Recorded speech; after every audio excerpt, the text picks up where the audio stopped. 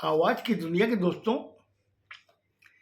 जब सुलोचना ने उससे कहा कि आप चिंता न करें, वो आपकी मम्मी है तो मेरी भी मम्मी है। मैं उनका बहुत अच्छी तरह ख्याल रख रही हूँ। हर 5 मिनट में जाकर के मैं उनको देखती हूँ। आप चिंता ना करो, आप अपने काम में ध्यान लगाओ और उसी से हम लोग की तरक्की है। इसके बाद के अंदर वो शाम को घर आया। आते ही उससे पहले मम्मी से पूछा, मम्मी आप कैसी हो? उसने कहा कि हाँ बेटा, मैं एकदम ठीक हूँ। बोले ठीक है मम्मी, खाना वाना खाया कि नहीं? बोले नहीं बेटा, अभी सुलोचना लेके आएगी, मैं तेरा इंतजार कर रही थी। हम लोग सब साथ में बैठ के खाएंगे। चारों जने डाइनिंग टेबल पे बैठ के खाना लेकर के आई। पहले रमेश ने खाया, फिर उसकी पत्नी खा रही थी, फिर सुलोचना, इधर में छोटू, सब खाना खा रहे थे। खाने के बाद में उसने कहा कि पापा, कल मैं आऊँगा तो डॉक्टर से मिल के आऊँगा। मेरे दोस्त के घर जाऊँगा, वहीं डॉक्टर से उनके पापा से बात भी कर लूँगा और रिपोर्ट भी कलेक्ट कर लूँगा।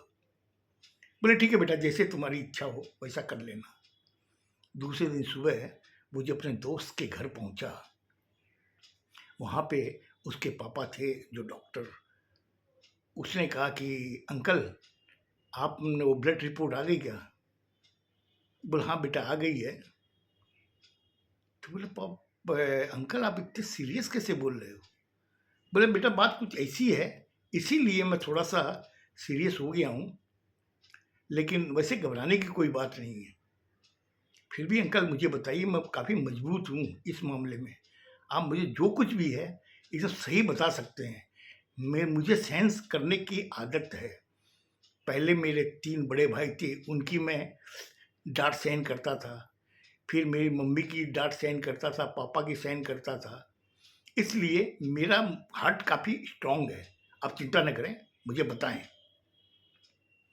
उसने कहा कि बेटा मेरे बगल में बैठ, ये ब्लड रिपोर्ट है। इस ब्लड रिपोर्ट के हिसाब से तेरी मम्मी के ब्लड कैंसर है। बोला अंकल क्या बोल रहे हैं? बोला बेटा, जो रिपोर्ट है वही मैं बता रहा हूँ।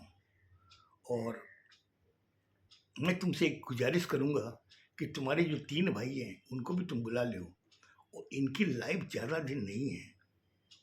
बोले क्या बोल रहे हैं?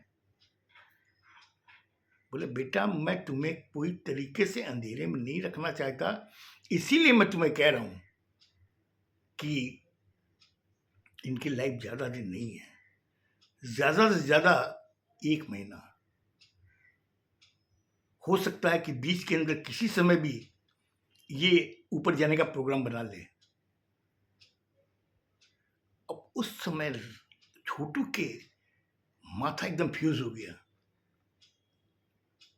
उसने कहा अंकल, इसका कोई रास्ता? बोले बेटा, ब्लड कैंसर इतना इसके शरीर में फैल गया है, तो जहां तक ख्याल है इसका कोई इलाज भी नहीं है।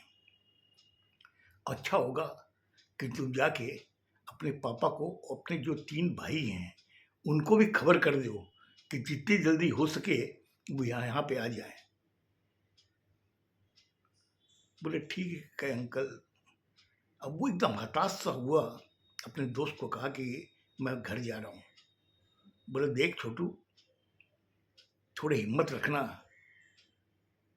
बोले ईश्वर ने जो मुझे सजा दी है उसमें मेरी सारी हिम्मत टूट गई है। बोले नहीं, अभी तुम्हें हिम्मत रखनी बहुत ज़रूरी है, क्योंकि तेरे पापा तुम पर निर्भर हैं, वो तेरी मम्मी भी तुम पर निर्भर है, और सुलोचना की पूरी जिंदगी तुमसे चालू होती है, तुम्हारे पे ही खत्म होती है। तो इस चीज़ का तुम ध्यान रखना और हिम्मत मत तोड़ना। ईश्वर कोई ना कोई रास्ता निकालेगा, या कोई हो सकता है ऐसी कोई मिराकल चीज़ हो जाए जो दुनिया में कभी नहीं हुई हो। बोला मुझे जाने दे, अभी मेरा दिमाग ठीक नहीं है।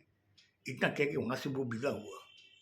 घर में आया, आते ही उसकी रमेश बैठा हुआ था, रमेश की पत्नी बैठी हुई थी, सुलोचना उसी का इंतजार कर रही थी। रमेश ने कहा कि अरे छोटू, तुम डॉक्टर से मिल के आए थे? बोले हाँ डॉक्टर, हाँ पापा, मैं डॉक्टर से मिल के आया, रिपोर्ट भी लेके आया हूँ।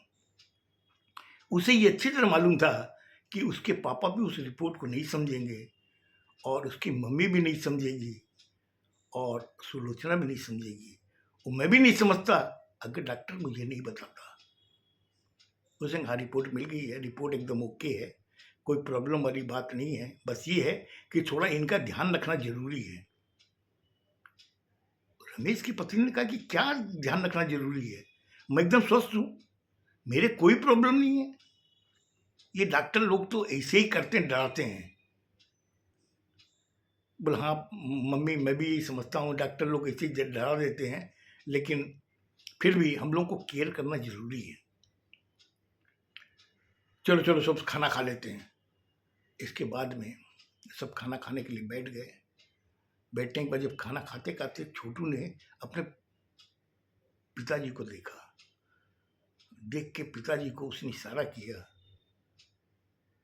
रमेश ने जब छोटू को देखा कि वो मुझे इशारा कर रहा है, उस समय वो समझ गया कोई ना कोई तो बात है।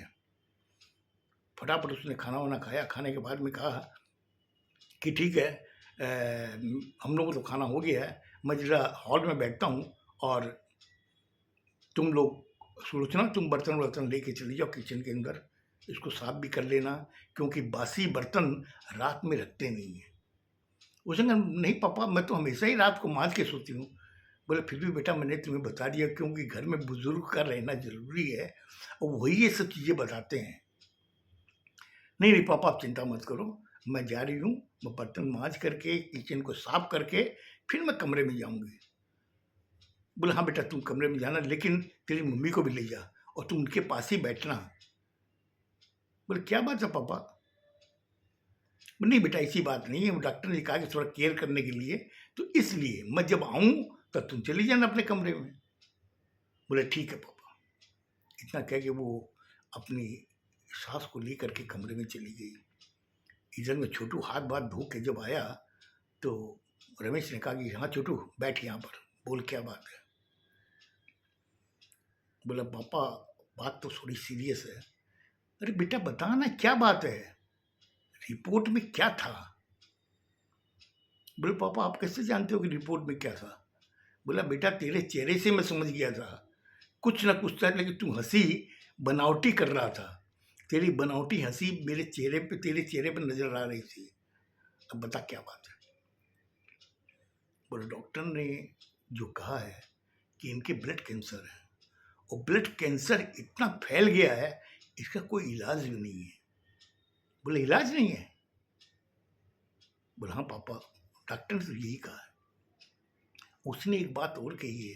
बोले क्या कहा उसने?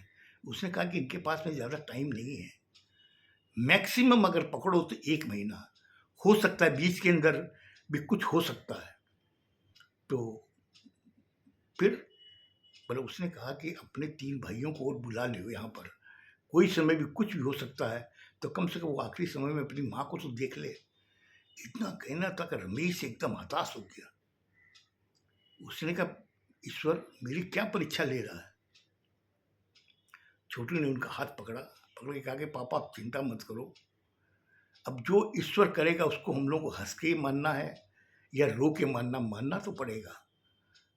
और इस चीज़ का खाली आपको ही मैंने बताया और किसी को भी नहीं बताया। सुलोचना के कान में नहीं पड़ना चाहिए ये बात, और न मम्मी के।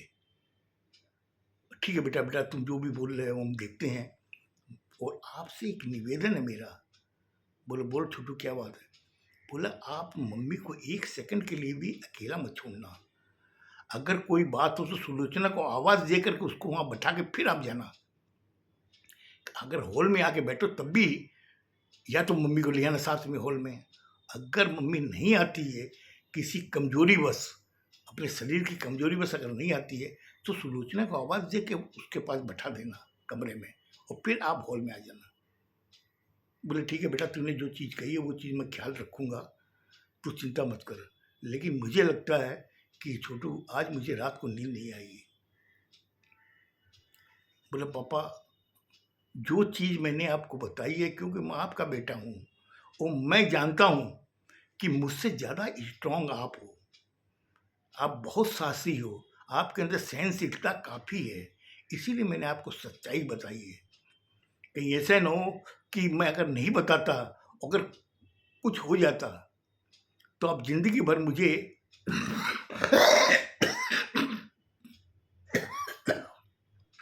मुझे ताना देते हैं।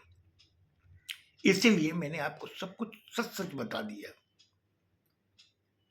बोले ठीक है बेटा, तू जा अपने कमरे में, मैं सुलोचना को भेजता हूँ।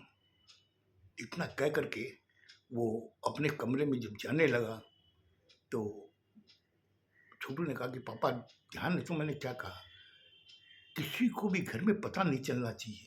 बोला बेटा तू निश्चिंत रहे, नहीं पता चलेगा, बस जा आराम से सो। लेकिन तू भी बेटा चिंता मत करना, आज इस पृथ्वी पे जो भी जन्म लेता है मौत भी उसकी निश्चित है, लेकिन तकलीफ तब होती है जब वो समय से पहले चला जाता है। बस बस इस चीज़ का ध्यान रखना और कुछ नहीं। जाओ बेटा जाके सो। मुझे लगता है आज मैंने आपका ज़्यादा टाइम ले लिया, कल मैं बताऊंगा कि फिर क्या हुआ। खुश रहो, स्वस्थ रहो, धन्यवाद।